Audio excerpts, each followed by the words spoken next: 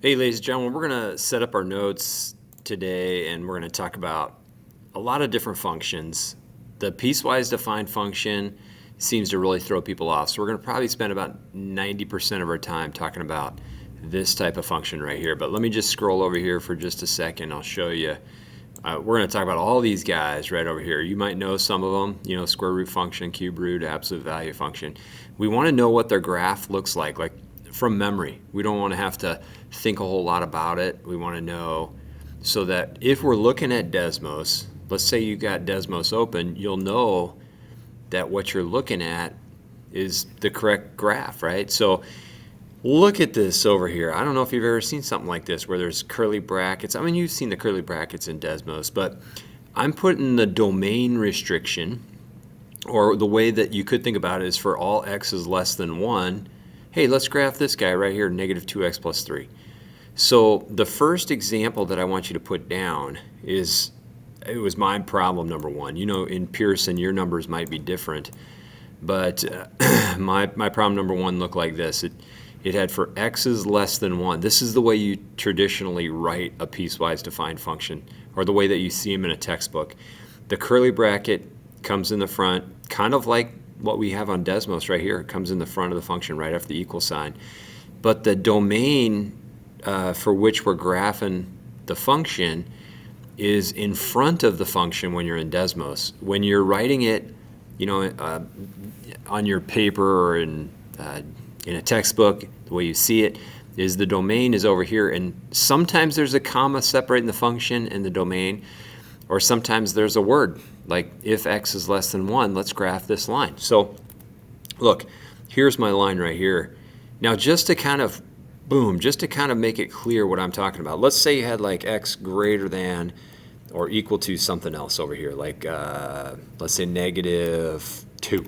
Okay, so now we're only seeing a chunk of the line right here, just like a segment, right? We're going from negative 2 over to positive 1. See how negative 2 is right there, positive 1's right here.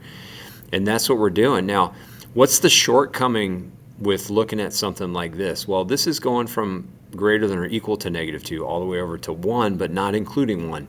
So the way that we can say, hey, we don't want this point right here, this is 1 comma 1, isn't it? Like if I stuck positive 1 in there, I get negative 2 plus 3 is 1. So what I'm going to put right here is 1 comma 1. Well, now I don't want it to be a solid point, so I'm going to hold down on the mouse. Right now I'm holding down on this symbol right here, and then I'm going to go over here to the open circle, so it puts an open circle there.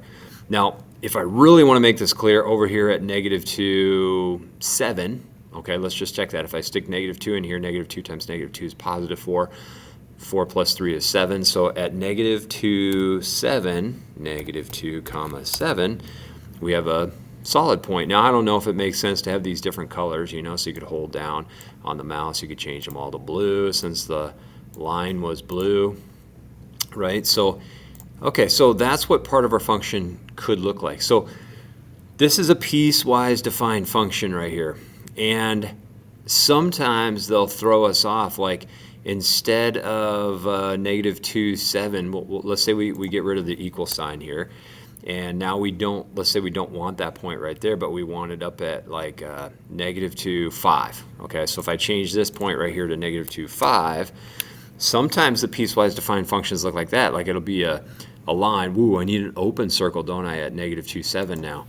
So if I come down here to negative 2 comma 7, and then we'll make that open, hold down the mouse, hold down the mouse on the point, change it to an open circle. And so a graph could look like this. I mean, it could have a lot of different pieces defined. Now, they're not going to define them horizontally with a colon and all that kind of stuff. The piecewise defined functions are going to look like this: curly bracket, it'll have, a function, and then it'll have x less than 1. Then it'll have another function for x greater than or equal to 1, something like that. So let me get rid of these little points here, okay? And let's go back to what we had before. Okay, so let's say it was like that.